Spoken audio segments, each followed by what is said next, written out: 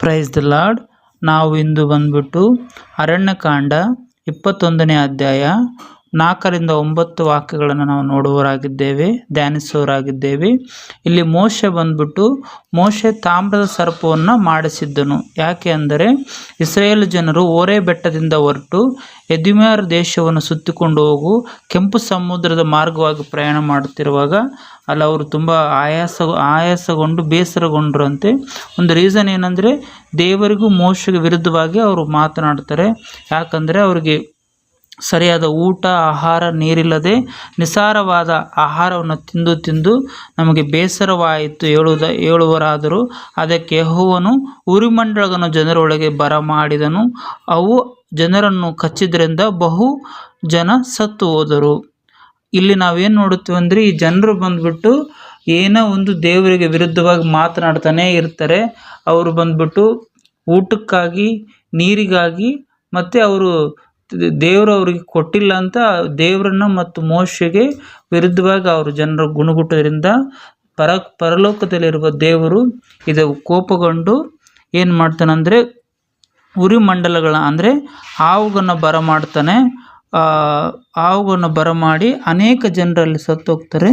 ತಿರ್ಗಾ ಈ ಇಸ್ರೇಲ್ ಜನರು ಮೋಶೆ ಹತ್ರ ಹೋಗಿ, ನಾವು ನಿಮಗೆ ದೇವರಿಗೆ ವಿರುದ್ಧವಾಗಿ ಮಾತನಾಡಿದ್ರಿಂದ ನಮ್ಮನ್ನು ಇದರಿಂದ ರಕ್ಷಿಸು ಅನ್ನೊಂದು ಒಂದು ರಿಕ್ವೆಸ್ಟನ್ನು ಮಾಡ್ತಾರೆ. ಈ ಸರ್ಪಗಳು ನಮ್ಮ ಬಳಿಯಿಂದ ತೊಲಗು ಹೋಗುವಂತೆ ನೀನು ಯೆಹೋವನಿಗೆ ಪ್ರಾರ್ಥನೆ ಮಾಡಬೇಕಂತ ಬೇಡ್ಕೊಳ್ತಾರೆ.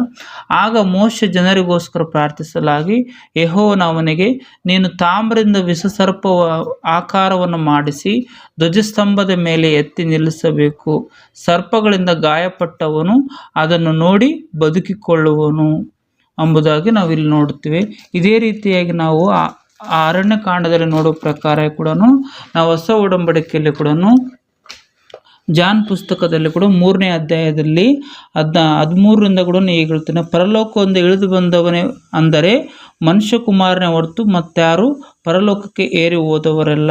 ಇಲ್ಲಿ ಕೂಡ ನಾವು ಹೊಸ ಒಡಂಬಡಿಕೆಯಲ್ಲಿ ಕೂಡ ಜಾನ್ ಚಾಪ್ಟ್ರಲ್ಲಿ 3ರಲ್ಲಿ ಕೂಡ ನಾವು 14-13ರಿಂದನೂ ಕೂಡ ನಾವು ನೋಡೋ ಪ್ರಕಾರ. ಆದರೆ ಇಲ್ಲಿ ಜನರು ನೋಡಿ ಜೀವದಿಂದ ಉಳಿಯಬೇಕೆಂದು ಮೋಶೆ ಅಡವಿಯಲ್ಲಿ ಸರ್ಪವನ್ನು ಎತ್ತಲ್ಪಟ್ಟ ಹಾಗೆಯೇ ಮನುಷ್ಯಕುಮಾರನು ತನ್ನನ್ನು ನಂಬುವರೆಲ್ಲರನ್ನು ನಿತ್ಯ ಜೀವನ ಪಡೆಯಬೇಕೆಂದು ಎತ್ತರದಲ್ಲಿ ಇಡಲ್ಪಟ್ಟರು.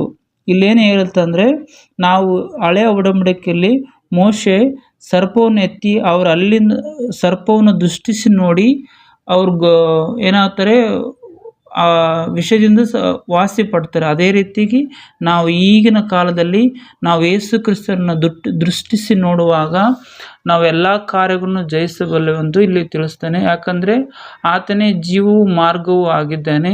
ನಾವು ಎಲ್ಲ ಸಮಯಗಳಲ್ಲೂ ಕೂಡ ಆ ಶಿಲುಬೆಯ ಮರಣವನ್ನು, ಶಿಲುಬೆಯ ದೃಷ್ಟಿಸಿ ನಾವು ನೋಡುವಾಗ ಆತನು ನಮಗೆ ಸಹಾಯಕನಾಗಿದ್ದಾನೆಂದು ಎರಡೂ ಹಳೆ ಒಡಂಬಡಿಕೆಯಲ್ಲಿ ಮತ್ತು ಹೊಸ ಒಡಂಬಡಿಕೆಯಲ್ಲಿ ನಾವು ಎರಡೂ ವಿಚಾರಗಳನ್ನು ದೃಷ್ಟಿಸಿ ನೋಡುವವರಾಗಿದ್ದೇವೆ.